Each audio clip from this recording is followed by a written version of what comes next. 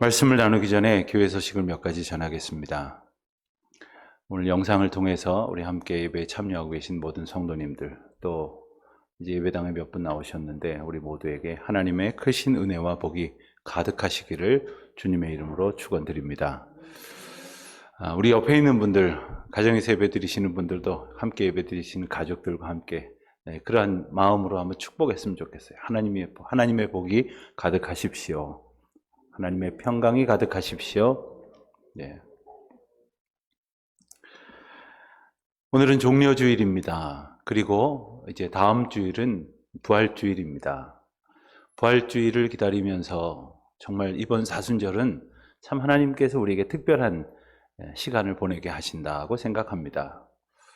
하나님 앞에 더욱 간절한 믿음을 또한 붙들고 의지하며 주님 앞에 구하고 또 순종하며 보내는 고난주간이 되실 수 있기를 바랍니다. 늘 그래왔듯이 특별 새벽기도로 우리가 모여야 하는데 그리하지 못하기 때문에 홈페이지에 올려지게 될 이제 새벽기도 음성 파일을 통해서 여러분들 처하여 계신 어느 곳에서든지 한 주간 같은 말씀 또 같은 은혜로 묵상하실 수 있으시길 바랍니다. 또한 다음 주일 부활주일에는 우리가 예배당에 모이게 될런지는 아직 확실치 않습니다만은 우리가 하나님 앞에 간절한 마음으로 기도하면서 또 이 가운데에도 부활의 기쁨을 주신 것을 주님 앞에 영광 돌리는 의미로 부활절 헌금을 드리게 될 텐데, 올해 헌금 가운데에서는 특별히 우리보다 더 어려움에 처하여 있는 연약한 교회들과 이웃들을 돌보는 곳에 사용하고자 합니다.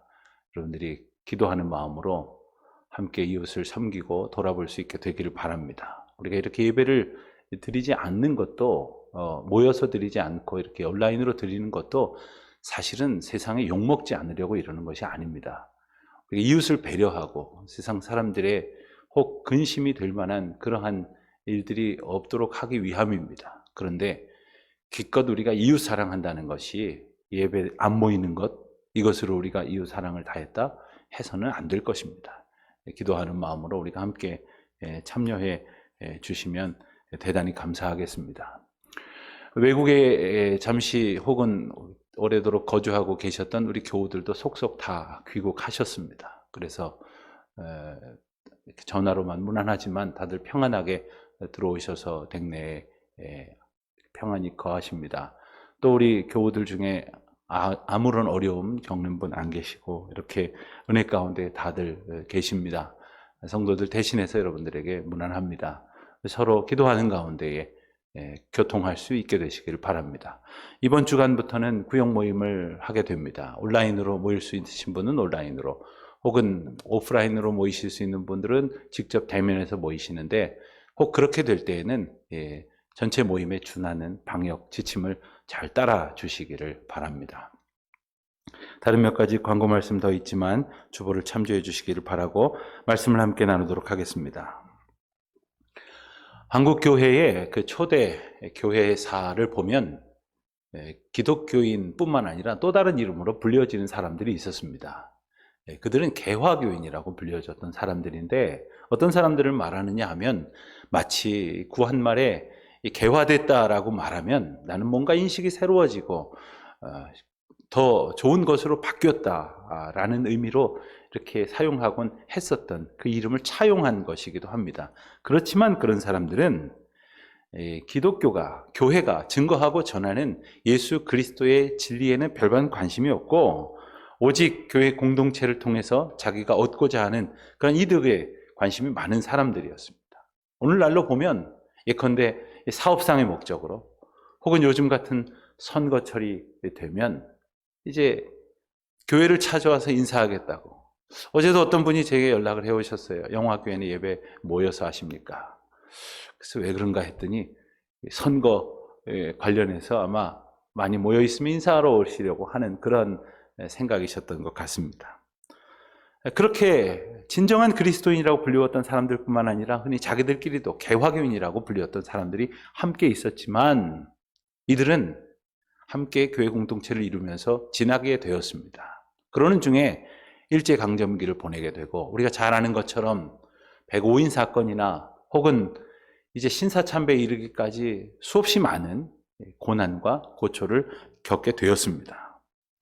그 어려움을 겪게 되었던 동안에 많은 사람들은 생각하기를 이렇게 환난을 겪게 되니 교회가 다 없어지는 것 아닌가? 성도들이 과연 믿음 붙들고 살아갈 수 있을까? 이렇게 염려했지만 우리가 잘 아는 것처럼 한국 교회는 뜨겁게 부흥해 왔고, 그리고 이 과정에서 혹 개화교인이라고 불렸던 사람들이 떨어져 나갔을지는 모르지만 오히려 더 정금 같은 그러한 순도 높은 믿음의 사람들로 거듭나고 더욱 경건하게 뜨겁게 부흥해 갔던 것을 우리가 기억합니다. 오늘날 우리는 그야말로 총체적으로 힘든 시기를 보내고 있습니다. 무엇보다도 교회에 함께 모일 수 없는 상황이지 않습니까? 그래서 많은 분들 근심합니다. 이대로 한국 교회가 주저앉는 것은 아닌가? 또 젊은이들, 다음 세대들 이 믿음의 신앙의 대를 이어가는 것이 어려워지게 되는 것은 아닌가? 하지만 이렇게 어렵고 마음 아픈 시간을 지나게 되지만 우리 모두가 더욱 신실하게 주님을 따라가며 주님 음성에 귀 기울이시는 은혜의 시간 되시기를 바랍니다. 더욱 주님 바라보고 그 안에 거하시는 우리 모든 성도님들 되시기를 주님의 이름으로 축원드립니다. 특별한 사순절을 보내고 있습니다. 특별한 고난주간을 맞게 될 것입니다. 그렇다면 하나님께서 또한 특별한 은혜를 더하여 주실 줄 믿습니다. 너나 할 것 없이 어려운 형편을 맞습니다. 우리 자녀들은 학교 가지 못하고 있어요.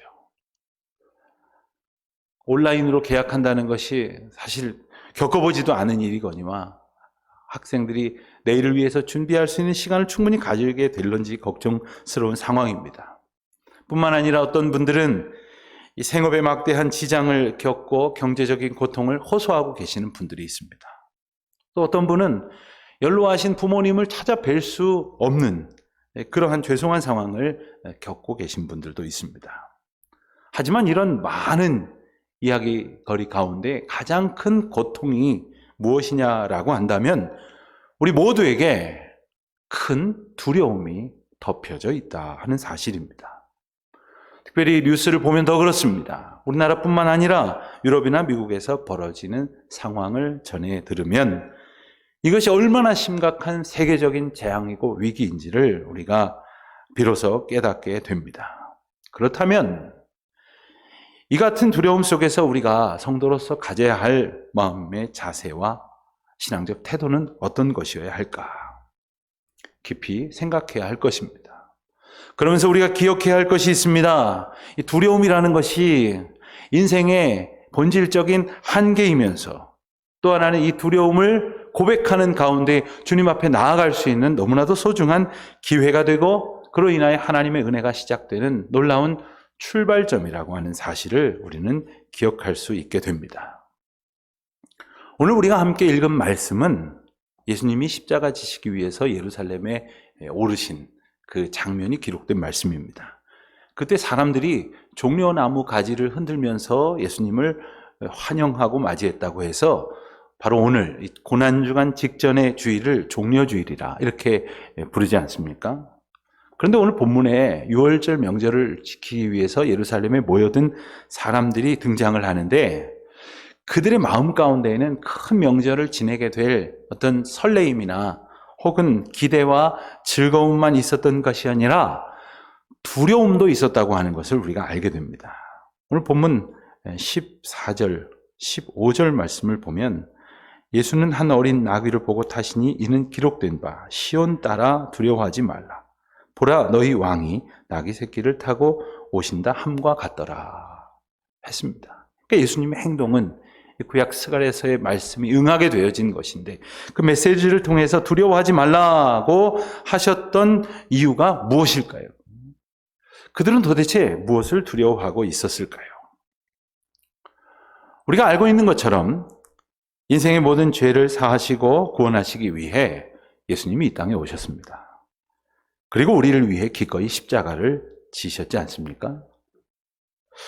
본문에 나오는 군중들은 그 이후의 일이 어떻게 될런지 알지 못해서 두려운 것이라고 하더라도 그 뒤의 일들을 잘 알고 있는 우리는 그렇다면 두려움이 없는 겁니까?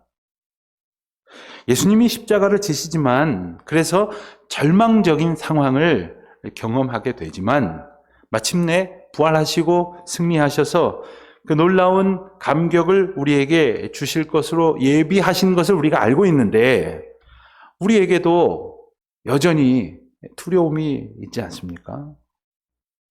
지금 우리가 처해 있는 현실을 보면 더 그렇지 않습니까? 말로 다 할 수 없는 큰 근심이, 염려가 두려움으로 뒤덮여 있는 것을 보게 됩니다. 그리고 이 현실적인 어려움뿐만 아니라 개인과 사회 그리고 공동체성이 송두리째 흔들리는 이 가치관의 혼란을 겪고 있는 것이 오늘 우리의 모습입니다. 그렇다면 다시 본문에 나오는 사람들의 경우는 어떤지 보기를 원합니다. 그들에게 두려움이 있었다고 한다면 그것은 또 다른 측면에서 볼 때는 예수님을 바라보는 사람들의 그 기대와도 깊이 관련되어 있다고 말할 수 있을 것입니다. 많은 이스라엘 사람들은 나사렛에서 오신 예수님이라고 하신 분이 로마의 압제로부터 자기들을 건져주실 분이라고 생각을 했습니다.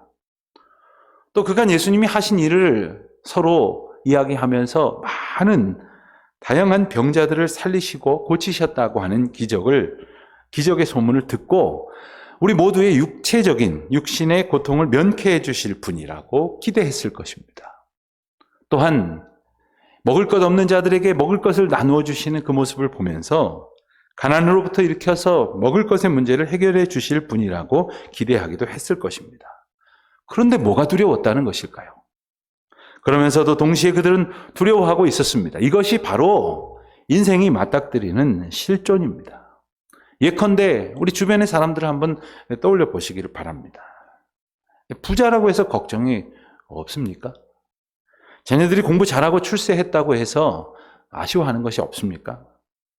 원하는 높은 지위에 올랐다고 해서 만족하며 살고 있습니까?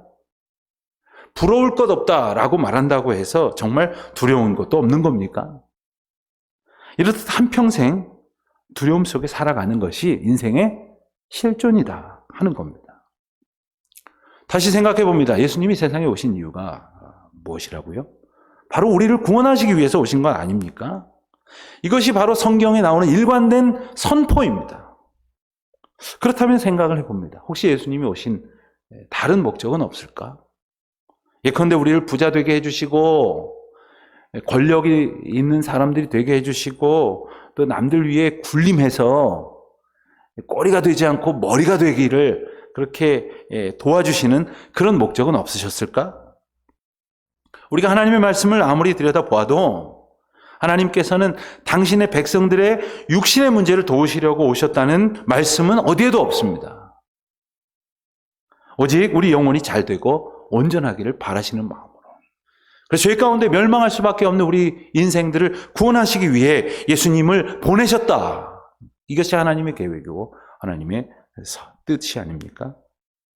그래서 십자가의 고난을 온몸으로 감내하시면서까지 그 목적에 순종하여 이루신 분이 바로 예수님이십니다.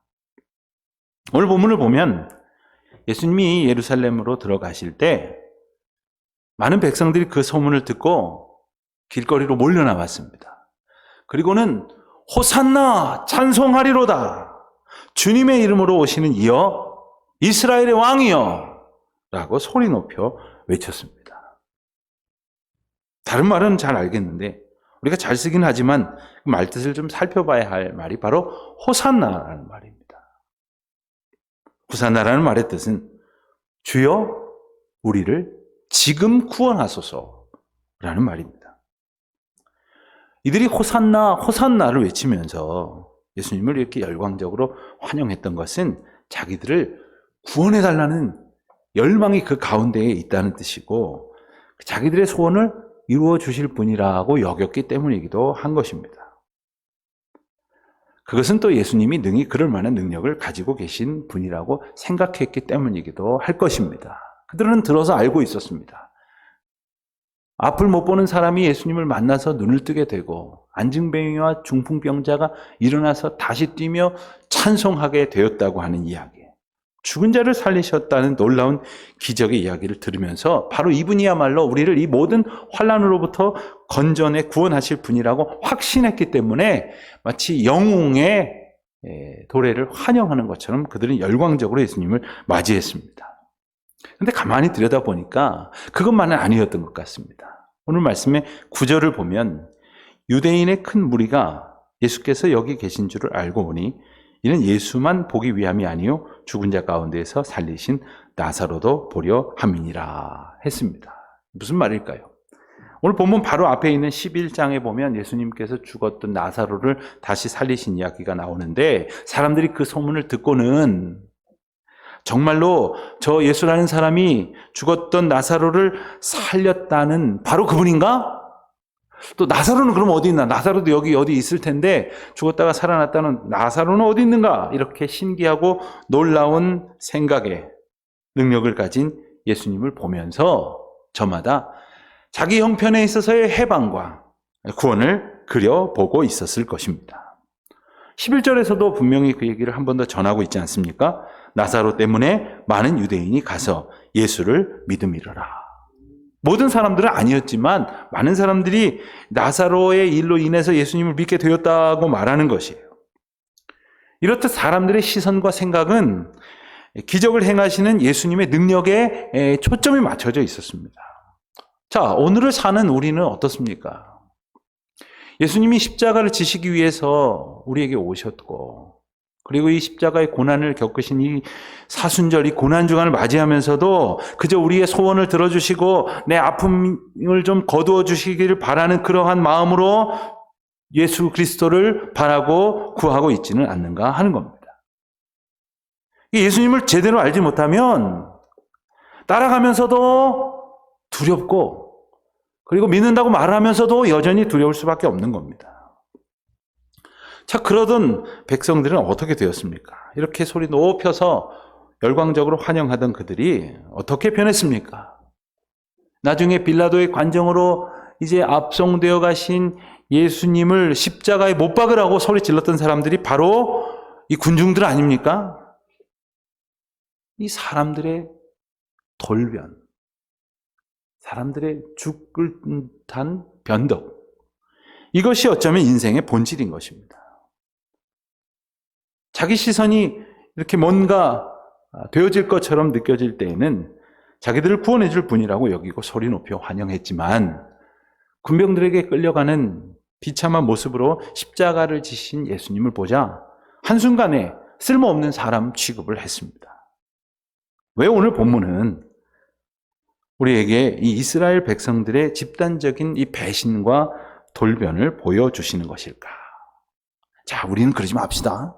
우리는 유대인들처럼 그렇게 예수님을 직접 보고도 경험하고도 그 놀라운 은혜를 깨닫고도 배신하는 그런 사람들 되지 맙시다. 그런 메시지를 원하는 겁니까?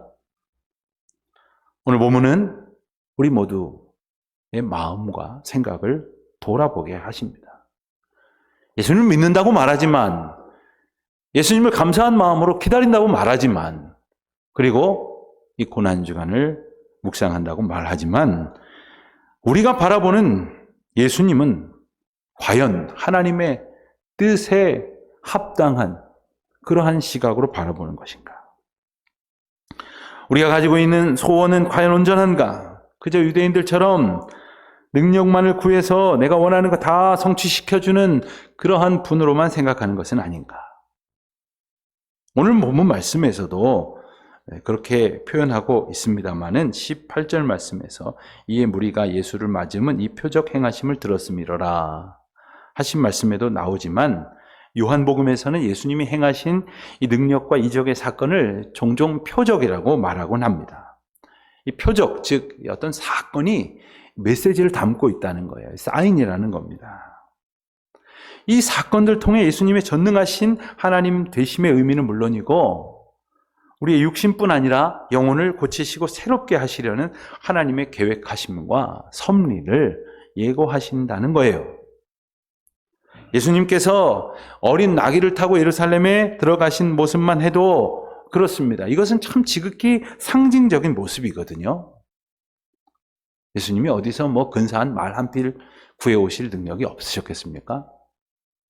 하긴 오늘날도 그렇죠. 좋은 차, 비싸고 번쩍거리는 차를 타고 나타나는 사람은 대단한 사람으로 여기고 또 그렇게 여겨줄 거라고 기대하고 생각하는 것이 일반적인 생각일 것입니다.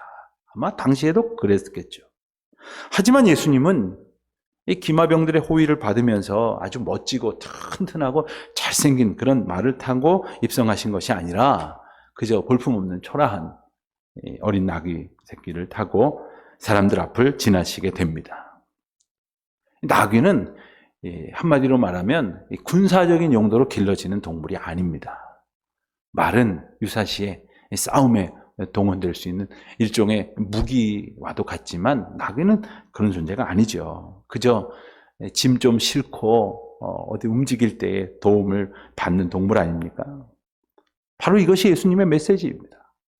예수님은 처음부터 이스라엘을 로마로부터 구원하시는데 아주 힘을 과시하기 위해서 무력의 능력을 가지신 분으로 나타나신 것이 아니라는 거예요. 오직 그들의 영혼을 구원하시고 하나님의 영적인 섭리를 이루시고자 오신 분이라는 것이죠.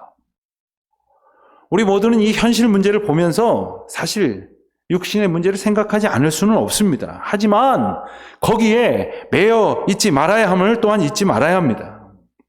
분명히 두려움에 빠지게 되었지만 두려워하지 말라 하시는 주님의 음성에 우리가 귀를 기울여야 한다는 거예요. 이사야 41장 10절에 말씀하시기를 내가 너와 함께함이라 놀라지 말라 나는 네 하나님이 되리라 내가 너를 굳세게 하리라 참으로 너를 도와주리라 참으로 나의 의로운 오른손으로 너를 붙들리라 하시지 않습니까? 두려움에서 허락하신 하나님이에요. 두려움으로부터 얻어지는 놀라운 구원의 은혜를 경험하시는 우리 모두가 되시기를 바랍니다. 사실 두렵고 싶은 사람이 어디 있습니까? 하지만 이 두려움이라는 것이 없애겠다고 해서 없어지는 것도 아니고 그렇게 노력한다고 해서 사라지는 것이 아니지 않습니까? 언젠간 한 분을 상담한 적이 있었습니다. 근데 이분은 어린 시절부터 극심한 가정폭력으로 인하여 상처를 많이 가지고 계신 그런 분이셨어요. 수십 년의 세월이 지났는데 여전히 사람 만나는 것이 어렵다는 거예요. 특별히 나이 많은 남자 어른 만나는 게 어렵대요. 그래서 농담 삼아 하시는 말씀이 목사님들도 어렵대요. 왜냐하면 그토록 자기를 때리던 아버지를 생각하게 된다는 거죠. 얼마나 마음이 아팠는지 몰라요. 심지어 일가 친척도 어렵고 가족을 맞닥뜨리는 일조차도 힘들어한다고 말씀하셨어요. 그러면서 제게 물으시기를 어떻게 하면 이 두려움을 물리칠 수 있겠습니까? 곰곰이 생각을 해봤습니다. 여러분 우리에게 두려움을 물리칠 수 있는 능력이 과연 있습니까? 생각해 보십시오. 우리에게 믿음을 주시는 분도 주님이시고 소망으로 충만하게 하시는 분도 주님이시고 사랑으로 살게 하시는 분도 바로 우리 주님이신데 이 두려움을 물리치고 평강을 차지하게 하게 하시는 것이 어떻게 사람의 노력으로 가능하겠냐는 겁니다. 두려움이라고 하는 것은 우리가 똘똘 뭉쳐있는다고 해결될 문제도 아닙니다. 근데 우리가 혹은 내가 없애는 것이 아니라 그 두려움을 등이 물리칠 수 있는 능력의 주님과 함께하는 길밖에 방법이 없는 겁니다. 그리고 그 길은 벌써부터 주님께서 우리를 위해 준비하고 기다리시는 사랑이었습니다. 그래서 주님이 우리와 함께 하심을 깨달을 때 주님이 나를 붙들고 계시고 나를 지지하고 계시다고 하는 그 사실을 기억할 때에 더 이상 헛된 생각에 얽매이는 것이 아니라 진정한 주님의 평강을 만끽하는 은혜를 얻게 될 줄로 믿습니다. 여러분, 우리는 요즘 같은 때에 또 이렇게 말하기도 합니다. 어렵지만, 힘들지만, 고난을 지나고 있지만 그 가운데서도 감사하십시오. 여러분, 감사하겠다고 다짐한다고 될 일입니까? 감사로 살아야 한다는 의무감에 책임감에 되는 것입니까? 내가 하나님의 은혜 안에 있음을 깨달을 때 정말 감사할 수 있는 것이죠. 길거리에 피어있는 꽃을 잠시 바라봤습니다. 올해도 어김없이 화려한 꽃을 우리에게 보여주시는 주님의 놀라우신 생명의 능력을 깨달을 때 내가 주님의 은혜 안에 있구나 하는 것을 비로소 조금이라도 알 수 있게 되는 것이죠. 우리의 육신의 한계를 절감하기 때문에 불안합니다. 하지만 영혼의 구원을 허락하심으로 참된 평안을 얻게 하시니 바로 그때 우리 주님께서 주시는 은혜로 두려움에서 벗어나 감사, 찬송을 올려드릴 수 있게 될 것입니다. 그리고 그것의 시작은 바로 지금 이 상황에 주님이 우리와 함께 하심을 깨닫는 것입니다. 또한 아직까지는 다 헤아리지 못했지만 지금 지나가고 있는 이 모든 일이 주님의 주권 가운데에 있음을 고백하는 것이 그 무엇보다 필요한 것입니다. 사실 우리가 걱정하는 게 뭐냐면 이 문제도 어떻게 비켜가야 되고 조심해서 이 재앙의 피해자가 되지 말아야 할 것도 걱정거리지만 이 문제를 인하여 발생한 나의 삶의 현실을 해결하기도 해야 되겠고 이 일의 의미가 무엇일까도 알아야 되겠고 또 이 모든 상황 속에 어떻게 능히 헤쳐나아가서 돌파해야 될까도 생각하니까 너무너무 복잡하고 힘든 겁니다. 내가 할 수 있는 일만 해도 힘든데 내가 할 수 없는 일까지 내가 해결하겠다고 생각하니까 고통스러운 겁니다. 하지만 기억하십시오. 우리가 주님의 섭리 안에 살아간다고 고백한다면 이 모든 고난의 과정 속에도 주님의 뜻이 있음을 기억하는 우리 모두가 되시기를 바랍니다. 교우 여러분들과 전화로 신방을 하면서 어떤 분들에게 이런 이야기를 들었습니다. 어떤 회사들은 주말만 되면 교회 가지 말라고 단속을 한다는 거예요. 어느 교회 다니는지 이름 써내라는 거예요. 그리고 그 교회 모여서 예배 드리는지 온라인 예배로 드리는지 관심이 그렇게 많다는 거예요. 왜요? 누구라도 한 사람 많은 곳에 가서 이 병을 옮겨오면 그 회사에 어려움이 있을 거라고 생각하는 거죠. 이 시대에 아주 또 다른 형태의 우리를 향한 믿음의 삶을 살아가고자 하는 사람들을 향한 핍박과 압력이라 하지 않을 수 없는 겁니다. 그러나 물론 우리 믿음의 선조들이 받았던 순교 신앙을 표출하면서까지 믿었던 그 세대의 박해와는 비교할 수도 없을 것이겠죠. 하지만 연약하기에 우리는 이런 일을 겪으면서 또는 다른 형태로 생각지 못한 고난의 과정을 지나면서 우리 자신이 무엇을 보고 있는지, 무엇에 붙들려 있는지를 좀 돌아봐야 할 것이겠습니다. 사랑하는 성도 여러분, 우리의 연약함과 죄를 보게 하시는 하나님의 은혜를 인하여 감사하십시다. 그래서 우리가 주님 앞에 자복하게 되지 않습니까? 그래서 우리가 주님을 더욱 의지하게 되지 않습니까? 우리의 연약하고 죄된 속성을 깨달음으로 십자가 지시기 위해 오신 예수 그리스도의 사랑이 너무나도 크다고 하는 것을 깨닫는 하나님의 은혜를 얻게 되는 것이 아닙니까? 바로 그래서 예수님이 십자가를 지신 거죠. 그 사랑과 은총의 역사를 다 알지 못한 채 우리는 이 인생의 길을 지나고 있습니다마는 하나님께서는 때에 따라 우리로 알게 하시고 듣게 하시고 보게 하십니다. 그러기에 더욱 감사하는 우리 모두의 삶이 되기를 바랍니다. 사실 우리의 신앙이 어린아이와 같았을 때에는 어떤 종류의 고난이라도 그저 피하고 싶어 합니다. 도망가려고 하고 편한 길을 가능한 한 찾아가고 그런 길로 걸어가면 복받았다고 착각합니다.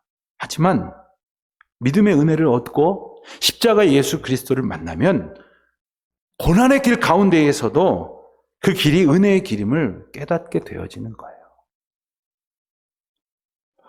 김도향이라고 하는 분이 작곡을 하고 직접 부른 노래 가운데 난 참 바보처럼 살았군요 라는 노래가 있습니다. 저는 이렇게 옛날 노래를 이렇게 소개를 하면 목사님 나이대가 의심스럽다 이러기도 하는데 종종 은혜를 받았던 노래이기도 합니다. 왜 사람들은 바보처럼 살았다고 말할까?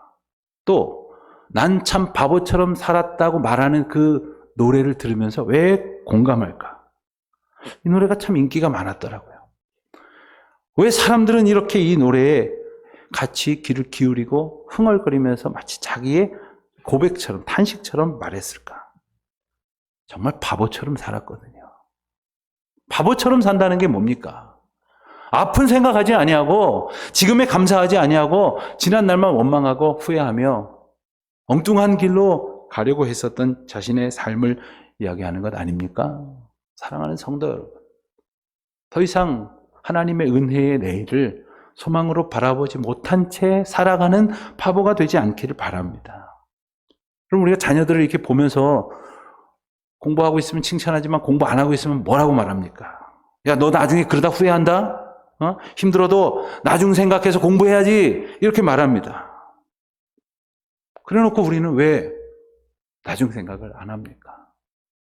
우리가 힘든 건 사실 오늘 때문이에요. 그리고 힘든 걸 이겨낼 수 있는 것은 장차 주실 하나님의 놀라우신 은혜로만 가능한 것입니다.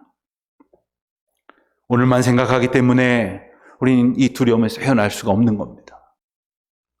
우리에게 소망이 되시고 능력이 되신 하나님의 섭리와 내일의 하나님의 약속을 소망하는 가운데에 고난을 이기는 능력을 얻는 우리 모두가 되시기를 바랍니다. 우리 성도 여러분들이 얼마나 고통스러우신지 우린 서로 다 알지 못합니다만 얼마나 많은 분들이 어려움을 겪고 있는지 또 얼마나 많은 교회들이 지금 어려움을 겪고 있는지 알 수가 없습니다. 하지만 기억하십시오. 살아계신 하나님이 일을 하시고 다스리시며 우리를 인도하십니다. 그렇기에 하나님의 통치와 주권을 믿으며 견디어 나아가고자 할 때 주님께서는 우리를 능히 견딜 수 있는 믿음으로 붙들어 주실 것입니다. 그것이 우리에게 유익이고 주님께는 영광이 될 것입니다. 이와 같은 고백으로 살아가는 우리 모두가 되시기를 주님의 이름으로 축원드립니다.